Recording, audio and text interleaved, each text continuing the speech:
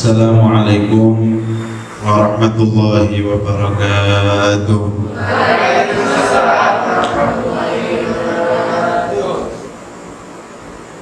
Bismillahirrahmanirrahim. Alhamdulillahirabbil alamin. Hamdan katsiran thayyiban mubarakan fihi wa ala kulli hal. Hamdan yuwafi ni'amahu wa yukafi'u mazidah. Wa sallallahu wa sallama ala sayyidina Muhammad al-fatih lima ughliq wal khatim lima sabaq nasiril haqqi bil haqq wal hadi ila siratal mustaqim. Sallallahu alaihi wa ala alihi wa sahbihi haqqa qadrihi wa miqdarihi al-azim. Subhanaka la ilma lana illa ma 'allamtana innaka antal alimul hakim. Rabbi shrah li sadri wa yassir li amri wa hlul 'uqdatam min lisani yafqahu qawli wahdi bihi qalbi wasaddid bihi lisani bi jahi sayyidina Muhammadin sallallahu alaihi wa ala alihi wa sahbihi wa sallam. Allahumma akhrijna min dhulumatil wahm wa akrimna bi nuril fahm wa alaina bi ma'rifatil ilm wa sahhil akhlaqana bil karim wa zidna ilma waj'alna min alladhina yastami'una al-qawla fayattabi'una ahsanah.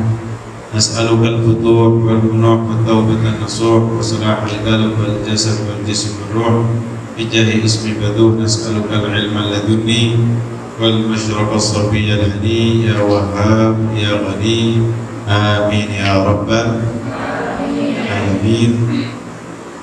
Pertama-tama yang saya muliakan, saya hormati, terlebih salam penghormatan saya, salam ta'zim saya kepada beliau Ketua Yayasan Bapak Hasan Bisri. Yang saya muliakan, yang saya hormati Ketua Iksada Kampus Umum Ibu Nurul beserta jajaran dosen yang hadir di tengah-tengah kita.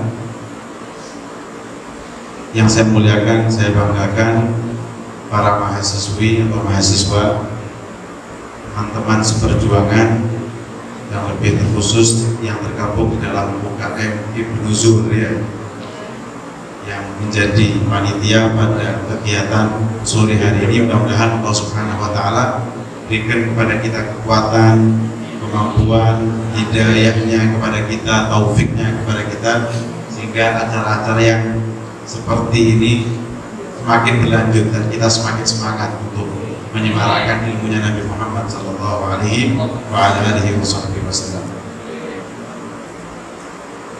Hadirin hadirat yang dimuliakan Allah Subhanahu wa Ta'ala, alhamdulillah selalu kita sampaikan rasa syukur kita kepada Allah Subhanahu wa Ta'ala. Allah adalah Tuhan yang telah memberikan kepada kita hampir semua yang kita inginkan, kita cita-citakan, yang kita harapkan. Dan saat-saat ini nikmat yang besar, yang luar biasa yang Allah Subhanahu wa Ta'ala berikan kepada kita adalah nikmat kita masih diberi usia oleh Allah, masih diberi kesempatan oleh Allah, masih diberi kesehatan oleh Allah Subhanahu wa Ta'ala, hingga kita ditakdir masuk di dalam satu bulan yang sangat mulia, satu bulan yang apabila kita mengerti hakikat bulan tersebut, maka kita akan berharap semua bulan yang kita lalui ini adalah bulan Ramadan. Tidak ada kenikmatan, tidak ada hal luar biasa yang Allah Subhanahu wa Ta'ala berikan, cucurkan rahmatnya, maghfirahnya, pemberiannya yang luar biasa seperti Allah memberikannya pada bulan Ramadan. Sehingga para sahabatnya Nabi itu pernah ada yang ditanya, wahai sahabat, bagaimana kamu atau kalian para sahabat tanggapan kalian tentang bulan Ramadan? Kita keluar dari bulan Ramadan, kami para sahabat itu setiap saatnya berdoa kepada Allah, mudah-mudahan amal kami diterima selama bulan Ramadan itu kita lakukan sampai 6 bulan ke depan. Setelah 6 bulan, setelah selesai itu 6 bulan kemudian, 6 bulan yang ke depan, kami selalu meminta kepada Allah Subhanahu wa Ta'ala, bahkan kami sampai menangis untuk kami disampaikan lagi kepada bulan Ramadan. Jadi bagi kami tidak ada bulan kecuali bulan Ramadan. Setelah bulan Ramadan, 6 bulan setelahnya, dia meminta karena takut amal ibadahnya, puasanya nggak diterima sama Allah. Sehingga kadang-kadang semalam suntuk minta sama Allah agar amalan yang dia lakukan atau mereka lakukan pada bulan Ramadan diterima sama Allah Subhanahu wa Ta'ala. Dan itu dilakukan selama 6 bulan. Setelah 6 bulan, 6 bulan ke depannya itu meminta kepada Allah, berdoa kepada Allah, selalu menyambut, berusaha, berikhtiar menyambut agar dipertemukan lagi kepada bulan Ramadan. Itu mereka yang ngerti, yang memahami akan hakikat yang Allah Subhanahu wa Ta'ala berikan kepada bulan Ramadan. Nah, kalau kita ya biasa saja, ya atau tidak? Ramadan gak Ramadan, yo wis. Gitu mungkin kita. Gak ada bedanya kalau mungkin bagi kita ya ibadah-ibadahnya ya santai-santai saja, tetap gak ada peningkatan di bulan Ramadan. Ya mungkin bedanya kita puasa begitu saja. Ya mudah-mudahan puasa beneran. Ya kadang-kadang ada grup khusus mendadak, grup darurat di WA, grup mokel kadang-kadang, janjian bareng-bareng jam 4 aktif itu, cari warung, cari restoran, sampai kadang-kadang subhanallah barokahnya Ramadan itu semuanya jadi solihah, sampai warung-warungnya jadi solihah, warungnya bercadar semua, menutup aurat rapat semuanya warung-warung, saking solihahnya itu kan warung-warung. Ya mudah-mudahan kita tetap puasa, kita melakukan amal ibadah di bulan Ramadan. Ya kita selalu minta sama Allah, ya Allah berikan kami agar kami dibukakan pintu hati, pintu pikiran, agar kami bisa merasakan hakikatnya bulan Ramadan. Kalau kita nggak tahu hakikatnya ya biasa saja, nggak ada program apapun untuk kita masuk bulan Ramadan. Coba mereka para sahabat 6 bulan kemudian itu sudah diprogram. Namanya pengen bertemu kan diprogram, mesti ada yang dipikirkan gitu kan, mesti ada yang harus diatur. Bagaimana nanti ketemu sama Ramadan lagi? Yang kemarin mungkin mereka ada yang kesel, kok gak maksimal, begitu kan seterusnya. Pasti ada evaluasi. Jangan sampai nanti kalau ketemu Ramadan lagi seperti yang tahun lalu. Jadi di program sedemikian rupa bagaimana supaya dia bisa mendapati bulan Ramadan dengan maksimal. Makanya kita selalu minta sama Allah Ta'ala. Kalau malam sahur, ya kebetulan kita mau nggak mau bangun malam itu. Kalau kita sedang menjalani puasa, kita harus melaksanakan sahur. Mau nggak mau bangun malam, minta sama Allah Ta'ala. Di sepertiga malam itu minta sama Allah. Dan yang terpenting doa yang kita panjatkan, minta sama Allah supaya dibuka pintu hati kita, dibersihkan hati kita, supaya kita bisa memahami, mengerti hakikat daripada bulan Ramadan. Dan Ramadan ini yang begitu mulianya, apa yang membuat dia itu mulia? Faktor apa yang membuat Ramadan itu sampai sedemikian rupa Allah Ta'ala muliakan? Allah Ta'ala nyatakan di dalam Al-Quran, Syahrul Ramadan alladzi unzila fihil Quran. Bulan Ramadan yang bulan tersebut diturunkan ada di dalamnya Al-Quran. Berarti kan mulianya karena apa? Karena bulan itu diturunkan Al-Quran. Ini bulan diturunkan Al-Quran, sehingga Allah Ta'ala jadikan bulan tersebut bulan yang mulia. Jadi nuzulul Quran, turunnya Al-Quran terjadi pada bulan Ramadan. Kenapa begitu mulia? Al-Quran itu bukan sesuatu yang biasa, bukan sesuatu yang remeh, bukan sesuatu yang ringan. Allah Ta'ala nyatakan di dalam Al-Quran, "Lau anzalna hadzal Qur'ana 'ala jabalin la ra'aitahu khashi'an mutasaddian min khashyatillah." Kalau seandainya kami, kata Allah Subhanahu wa Ta'ala, turunkan Al-Quran ada di atas gunung, maka kamu pasti akan saksikan gunung tersebut. Yang diturunkan Al-Quran ada di atasnya, kamu akan melihat gunung tersebut terpecah bertubi-tubi. Jadi saking satu faktor hal yang luar biasa yang terjadi dalam Al-Quran. Makanya Nabi Muhammad ketika akan diturunkan Al-Quran harus dibelah dulu dadanya, dibersihkan dulu, karena nggak bisa menampung Al-Quran yang begitu mulia. Al-Quran firman-Nya Allah. Di antara kitab-kitab yang diturunkan paling mulia adalah Al-Quran. Jelas berat ini, sesuatu yang bukan hal yang ringan. Sifat rohaniyahnya sangat luar biasa. Akhirnya Allah Ta'ala mudahkan.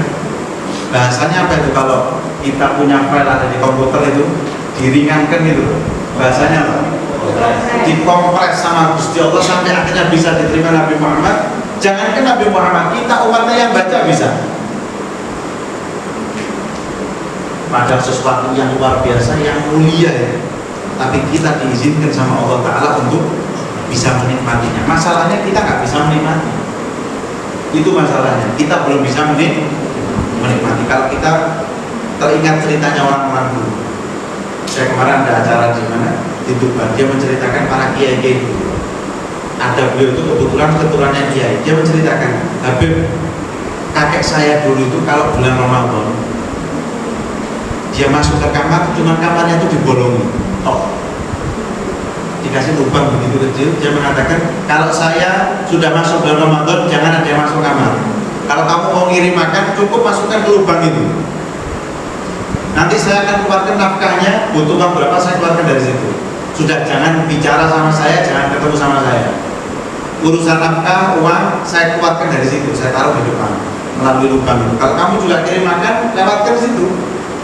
Lewat ada di mana? Di lubang yang sudah dipersiapkan. Nggak ketemu sama sekali. Setelah Ramadan berakhir, sudah Pakdo itu ya, sudah Lebaran, ternyata dibuka kamarnya, makanan yang dikirim satu pun tidak ada yang dimakan. Itu orang tua saya ketika melihat kakek saya, loh, Pak, kok nggak dimakan ini makanannya? Dikirim makanan dimakan. Iya, saya nggak sempat makan. Saya nggak sempat makan. Dia tanya, kira-kira kenapa kok bisa sampai begitu? Jadi dia diceritakan orang tuanya begitu, ada satu yang mengganjal, kok bisa begitu? Orang kan butuh makan. Nah ini kok nggak sempat makan? Bahasanya saya nggak sempat makan karena beribadah kepada Allah Subhanahu wa Ta'ala. Saya katakan pada lu, zikirnya dia itu ya makanan. Kalau gambaran kita bagaimana kita menikmati makanan, nikmat ya? Nikmat makanan. Mereka berzikir itu sama seperti ketika kita menikmati makanan, nggak sempat sudah kenyang sendiri itu. Apa yang diinginkan orang untuk makan sudah didapatkan ketika dia berzikir kepada Allah Subhanahu wa Ta'ala. Sampai saya teringat cerita, saya ceritakan ada Habib namanya Habib Muhammad bin Hasan Jamalullah. Beliau itu terkenal seorang Habib yang ibadahnya sering membaca Al-Quran. Sampai dia nyatakan, saya itu kalau baca Al-Quran, saya itu seperti makan madu, manis rasanya. Beliau katakan begini, kalau masuk bulan Ramadan, biasanya saya kalau ngaji Quran itu membaca Quran siang hari. Tapi kalau Ramadan saya putar, saya ganti rutinitas saya yang biasanya membaca Al-Quran siang hari, saya taruh malam hari. Ditanya kenapa Habib kok dilakukan itu? Iya, kan saya bilang kalau saya membaca Al-Quran itu seperti makan madu. Nah, kalau saya bacanya ketika siang hari di bulan Ramadan, nanti saya nggak kerasa puasa, saya makan madu terus kok. Makanya biasanya dapat hikmahnya puasa. Di antara salah satu hikmahnya disyariatkannya puasa supaya kita bisa ngerti, bisa tahu orang di luar sana yang kebetulan tidak seberuntung kita dalam hal ekonomi, makannya setengah mati, sehari dia kerja mulai jam 6 sampai malam, dia hanya dapat 2.500 sampai 5.000. Mau beli makan setengah mati, biar kita merasakan seperti itu, biar tahu hikmahnya buat puasa. Makanya saya ganti baca Qurannya, saya taruh mereka itu baca Al-Qurannya, berzikirnya, sholatnya seakan-akan bagi mereka itu adalah makanan jasmani. Sampai seperti itu. Hanya masalahnya kita ini nggak bisa menikmati. Nikmatnya sholat kita nggak tahu, nikmatnya kita berzikir kita nggak tahu, nikmatnya baca Al-Quran nggak tahu. Tambah sepet kabeh kalau kita nggak makan madu kalau baca Al-Quran sepet semua sepet kabeh. Sajus diwola-wali, lagi dibuka mana? Kurang kilo gitu, hitung robetannya lagi. Saya tidak nyindir tadi loh ya, kalau mungkin ada yang itu, ya saya tidak sengaja itu, tidak ada kesamaan nama dan tempat. Masya Allah. Itu kita minta sama Allah Ta'ala, supaya Allah Ta'ala memberikan kepada kita nikmat ibadah, nikmat iman. Dikatakan man adzaqa ta'mal iman man radiya billahi rabban wa bil islami dina wa bi Muhammadin nabiyya. Siapa sih yang bisa menikmati rasanya iman? Kalau sholat dia bisa merasakan nikmat, kalau dia zikir dia bisa merasakan seperti makan. Bagaimana siapa orang-orang yang bisa menikmati? Man radiya billahi ridho Allah sebagai Tuhannya. Ridho Allah sebagai Tuhannya ya kalau kita dinyatakan ridho Allah sebagai Tuhan ya masih belum. Dinyatakan orang itu kalau ridho Allah sebagai Tuhannya dia akan ridho dengan semua keputusannya Allah, baik yang manis maupun yang pahit. Kalau kita kan ridhonya kalau waktu keputusannya yang manis baru kita ridho. Masya Allah, Gusti Allah itu baik sama kita. Tapi kalau giliran kita dikasih cobaan sedikit sudah sambat tak karu-karuan, curhat ke temannya, buka WA masih curhat di status, belum nanti di Instagram, nanti dikasih filter-filter yang sedih-sedih gitu ya, menunjukkan rasa hatinya begitu ya, kondisi hatinya, suasana hatinya, terus pakai emo nangisnya tak terima 3, jejer 10 misalnya ya, sambar terus begitu. Berarti kita belum rodia, belum ridho bahwa Allah sebagai Tuhan terus ridho Islam sebagai agama kita, ridho Nabi Muhammad sebagai Nabi kita. Kalau kita bisa merasakan itu, bisa sampai tahapan itu, kita akan menikmati. Nah, ini kembali kepada pembahasan kita tentang nuzulul Quran.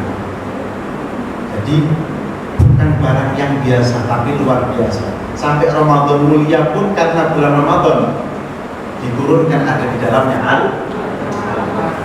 Tinggal kita sekarang, bagaimana sikap kita terhadap Al-Quran tadi? Bagaimana sikap kita terhadap Al-Quran tadi? Jangankan kita mau mengamalkan apa yang ada di dalam Al-Quran, tidak usah bicara yang ke situ terlalu jauh.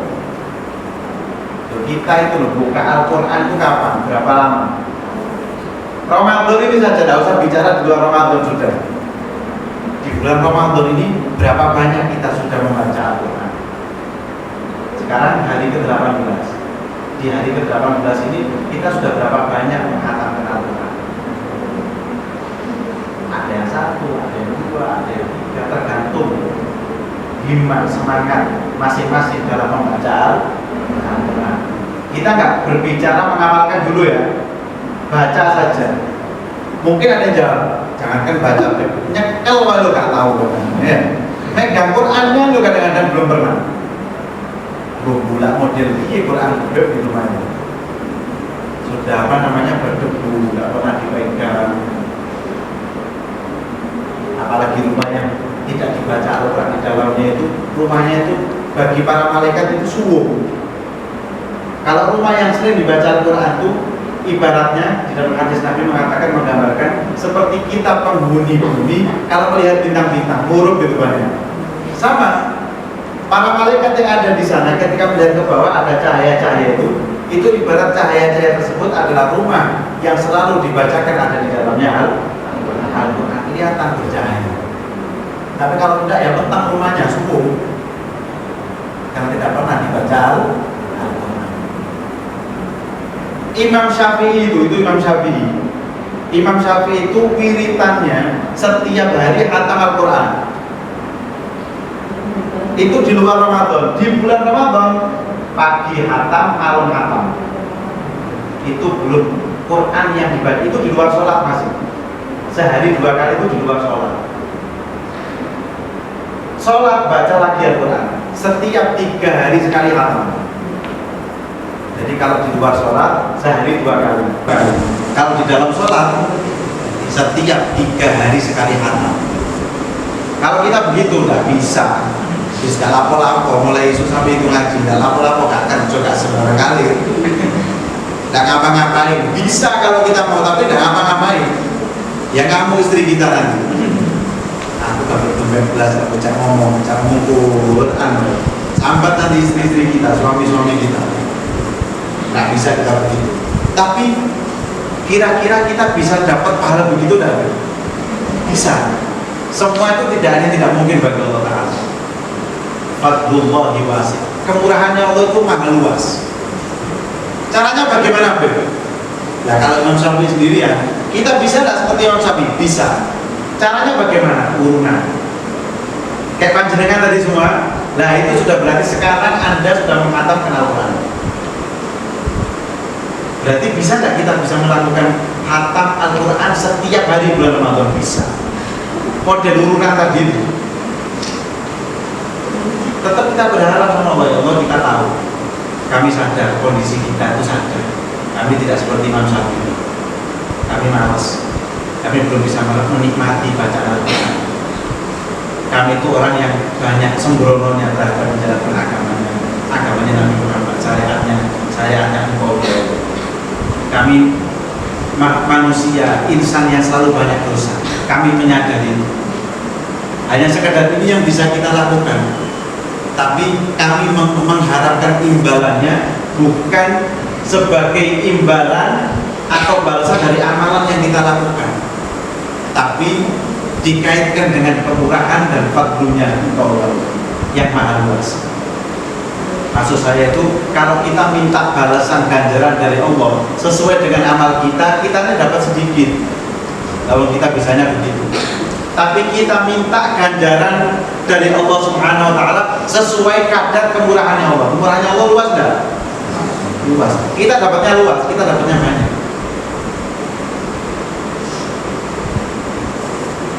Allahumma maghfiratuka awsa'u min dzunubina. Itu doa yang luar biasa. Ya Allah, maghfiratuka awsa'u min dzunubina. Ampunanmu itu lebih luas daripada dosa kami. Dosa kami banyak, iya, tapi ampunanmu lebih luas. Wa rahmatuka arja indana min amali. Dan rahmatmu lebih kami harapkan daripada amal-amal kami. Kami melakukan amal, iya, tapi jangan kamu ganjar sesuai dengan amal kita sedikit. Ganjar sesuai dengan apa? Luasnya rahmat, luasnya kemurahan. Dapatnya banyak kita. Kalau kita cerdas dalam mengkonsep ibadah kita, dapatnya banyak. Tapi kita ini kadang nggak bisa ketemu setiap hari. Nggak masalah nggak ketemu setiap hari. Kita bikin grup WA, bisa nggak? Bisa. Kita bagi 1 juz setiap hari. Walaupun nyicil, pagi dibuka jam 7 pagi misalnya.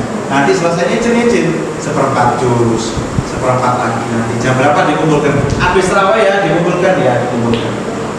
Nanti ada waktu tertentu harus online semua misalnya di grup. Nah, kita kirim doa, misalnya ada voice note, doanya seorang ustaz, seorang kiai membacakan doa khatam Al-Quran. Kita bisa khatam setiap hari. Tidak ada yang tidak mungkin. Bisa enggak? Bisa. Apalagi kalau grupnya 60 orang, berarti 2 kali khataman kita. Sama kayak Imam Syafi'i tadi. Sehari 2 kali bisa. Tidak ada yang tidak mungkin. Dan insya Allah yang memberikan Imam Syafi'i masih ada tidak sampai sekarang? Ada sampai sekarang. Allah Subhanahu wa Ta'ala nggak hilang. Allah Ta'ala tidak hilang. Beliau zat yang maha abadi. Beliau yang memberikan kemurahan ganjaran kepada Imam Syafi'i masih memungkinkan untuk memberikan itu kepada kita. Karena yang memberi sama. Yang memberi Imam Syafi'i dan yang memberi kita sama siapa? Allah Subhanahu wa Ta'ala. Kita minta sama Allah. Allah nggak pakai hitung-hitungan sama kita. Kalau kita ganjar ya sesuai dengan kerja kita. Kalau tak gaji berapa ya sesuai dengan pekerjaannya. Tapi kalau Allah Ta'ala nggak pakai begitu. Dia lihat kesungguhan kita. Perbuatan kita cuma seperti itu, tapi ganjarannya bertubi-tubi Allah Ta'ala turunkan. Bisa jadi, bisa jadi. Tergantung keyakinan kita kepada Allah Ta'ala. Tergantung bagaimana manjanya kita sama Allah. Kalau kita nggak pernah manja sama Allah. Pernah kita bermanja-manja sama Allah? tidak pernah menyempatkan waktu untuk bermanja-manja sama Allah.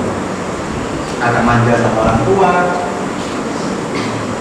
semuanya makhluk, ya bisa kita manja. Tapi alangkah indahnya kalau kita bermanja-manja kepada Allah Subhanahu wa Ta'ala. Pernah ada seorang, saya itu selalu suntuk, saya selalu sumpah.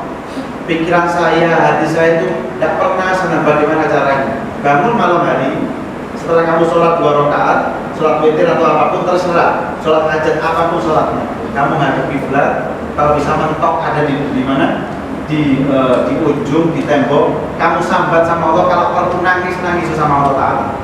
Gak perlu baca wirid, doanya apa nggak usah, ngomong aja bahasa Indonesia, bahasa Jawa, ngobrol aja sama Allah Ta'ala, sampaikan semua, curhatkan semuanya sama Allah Ta'ala. Kalau kita curhat sama makhluk, kadang makhluk itu nerimanya cuma sekedar ingin tahu saja, belum tentu mau empati sama kita. Malah kadang dia pulaan cerita supaya dia mau diceritakan ke temennya ya. Kalau kita sambat sama makhluk ya tidak lebih daripada itu. Ada yang kesian, ada. Paling kesiannya setelah ketemu sama kita, pulang, keluar, sudah lupa sama kita. Tapi kalau sama Allah, Allah memperhatikan kita 24 jam. Tidak pernah akan sia-sia orang yang mendekatkan diri sama Allah. Tidak bakal kita disia-siakan sama Allah. Makanya kenapa kok kita belum merasakan nikmat? Kita tidak pernah mau memanja sama Allah Ta'ala. Itu masalahnya. Kalau kita mau manja-manja sama Allah Ta'ala, pasti akan dikasih. Makanya kata para ulama, orang yang memiliki keyakinan tinggi sama Allah, hampir semua permintaannya tidak ditolak sama Allah Ta'ala. Berarti kalau kita doa belum dikabulkan sama Allah, masalahnya dalam keimanan kita, keyakinan kita sama Allah Ta'ala. Berarti kita belum totalitas itu sama Allah Subhanahu wa Ta'ala. Padahal kita tahu, yang ngomong Allah Ta'ala, goro tak pernah mungkin Allah Ta'ala itu berbohong. Tidak mungkin. Nabi Muhammad menyampaikan sesuatu, mungkin tidak beliau itu berbohong. Tidak mungkin. Cuma kadang-kadang kita nggak percaya begitu. Misalnya Nabi mengatakan, mana kosomalun min sodako, harta yang dikeluarkan itu sedekah. Nabi mengatakan tidak bakal kurang hartanya. Baliyasdad sampai diulang 3 kali. Tidak kurang katanya Nabi, harta yang sedekah, malah bertambah. Diulang lagi sama Nabi 3 kali, bertambah. Tapi kita kadang tidak percaya lah, harus pedit kok. Apote, aku sedekah, ya benar. Masalahnya kita tidak pernah mau bereksperimen terhadap apa yang disampaikan. Kenapa? Karena keimanan dan keyakinan kita masih belum sempurna, belum totalitas. Kita latih keimanan kita, selalu manja sama Allah. Coba kalau jenengan buktikan ke depan 2 minggu saja nanti akan ada perubahan dalam kehidupan. Kalau nggak percaya boleh sampai datang ke Tuban, datang ke rumah saya, potong telinga saya kalau memang saya tidak sesuai apa yang kita katakan. Nanti akan berubah. Nanti Allah Ta'ala akan berikan kekayaan hati, kekayaan pikiran kepada kita. Masalah apapun kita tetap bisa tersenyum, tetap senang. Nggak merubah kondisi hati kita, kondisi pikiran kita. Mau masalahnya model bagaimana, santai kita menghadapinya. Kenapa? Karena kita punya Allah Ta'ala. Ada enggak sesuatu yang lebih berharga kita miliki kepada Allah, melebihi Allah Subhanahu wa Ta'ala? Kalau kita punya Allah, makhluk ini, seluruh dunia ini Allah Ta'ala yang ngatur, miliknya Allah Ta'ala. Lalu kita punya Allahnya loh. Mau apa gitu? Kalau kita mau pegang ular, dicekel dasi, dipegang buntutnya enggak karu-karuan malah. Pegang kepalanya. Kalau kita dalam satu perusahaan, direkturnya lah kenal, selesai. Bawahannya katut KB ya, mau tidak mau akan ikut hormat. Kenapa? Kenalannya direktur kok. Monggo dikuntun terus ya, dipersilakan sampai keluar. Sandalnya ditolong, tasnya dibawakan. Kenapa? Kenalannya direktur. Nah kalau kita kenalannya Allah Subhanahu wa Ta'ala, ini kan semua hambanya Allah. Allah Ta'ala yang akan membuka hatinya. Allah Ta'ala yang akan buka hatinya supaya menghormati kita, supaya bisa menghargai kita, supaya bisa tunduk kepada kita. Itu hal yang bukan mustahil kalau kita memiliki Allah Subhanahu wa Ta'ala. Jadi bisa.